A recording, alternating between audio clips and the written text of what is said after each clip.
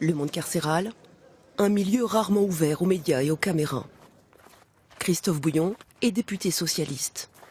Une nouvelle loi permet aux journalistes de suivre un parlementaire en prison sans avoir besoin d'une autorisation du ministère de la Justice.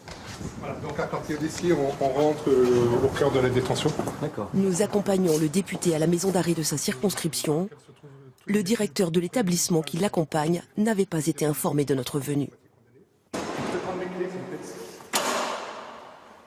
Notre visite de la prison Bonne Nouvelle commence au quartier des Hommes, dans ces douches où l'odeur est difficilement supportable.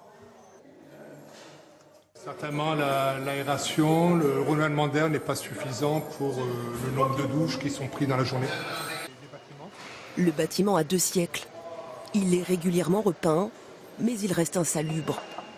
Dans les cellules, toutes identiques, 520 hommes s'entassent. La surpopulation, un cocktail explosif pour les détenus et les surveillants. Il est de plus en plus difficile d'avoir actuellement des détenus qui acceptent l'encellulement à 3, par exemple. C'est un facteur de tension, justement. Ah oui, bien sûr. Vous l'avez ressenti, par exemple, La quand promiscuité est un facteur de tension, oui. Soit ça se finit en règlement de compte en bagarre entre eux, ou des fois ils remontent énervés, et voilà, c'est nous qui sommes derrière la porte qui recevons les coups, les insultes, quoi. Les détenus ont droit à 3 douches par semaine, 2 heures quotidiennes de promenade. Ils passent donc 22 heures par jour entre ces 4 murs. Savoir comment ça se passe au quotidien pour vous ici. 3 ou 12 mètres carrés.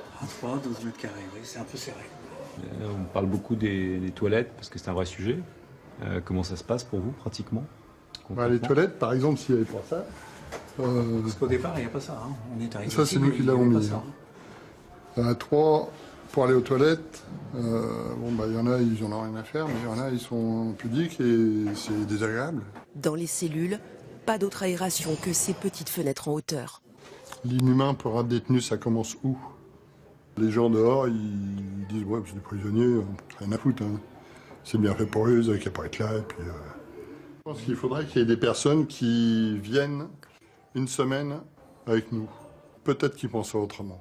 Et à partir de là, peut-être que les choses changeraient.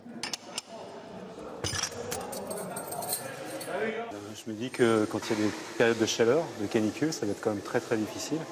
Et c'est vrai que ça, à mon avis, rajoute sur la tension, sur le comportement, sur l'énervement. C'est pas évident de pouvoir, à 3, dans quelques mètres carrés, pouvoir supporter un tel niveau de chaleur. C'est quand même, je pense, insupportable. Christophe Bouillon le sait. Selon les rapports officiels du ministère de la Justice, la promiscuité et la surpopulation favorisent la récidive. Elles engendrent aussi des phénomènes plus inquiétants, comme la radicalisation. La prison, ça a toujours été plus ou moins un lieu de radicalisation. Mais pas comme maintenant, ça c'est sûr. Avant, on les écartait des autres détenus, on les mettait à l'écart, dans les quartiers hommes, tout ça. Mais comme ils deviennent de plus en plus nombreux, c'est déjà plus dur à repérer, malgré qu'on en repère certains. Mais après, l'effet de masse, ils se noient dans la masse et pourquoi est-ce qu'on les isole plus? Je pense qu'il manque de place. Fin de la visite pour le député. Il est resté 3 heures à la maison d'arrêt de Rouen. Il n'était pas revenu depuis 2007. Impression à chaud. Ce qui m'a surpris dans cette visite, c'est de voir apparaître des choses que je n'avais pas entendues en 2007. La radicalisation, par exemple. Ce phénomène qui gagne quand même. On nous a chiffré une dizaine de personnes. Le sentiment chez les surveillants, c'est qu'il y en a un peu plus.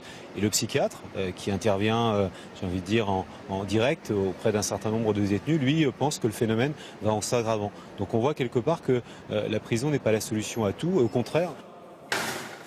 Au cours des 8 dernières années, l'État a déjà été condamné 250 fois par la justice pour conditions de détention indignes à la maison d'arrêt de Rouen.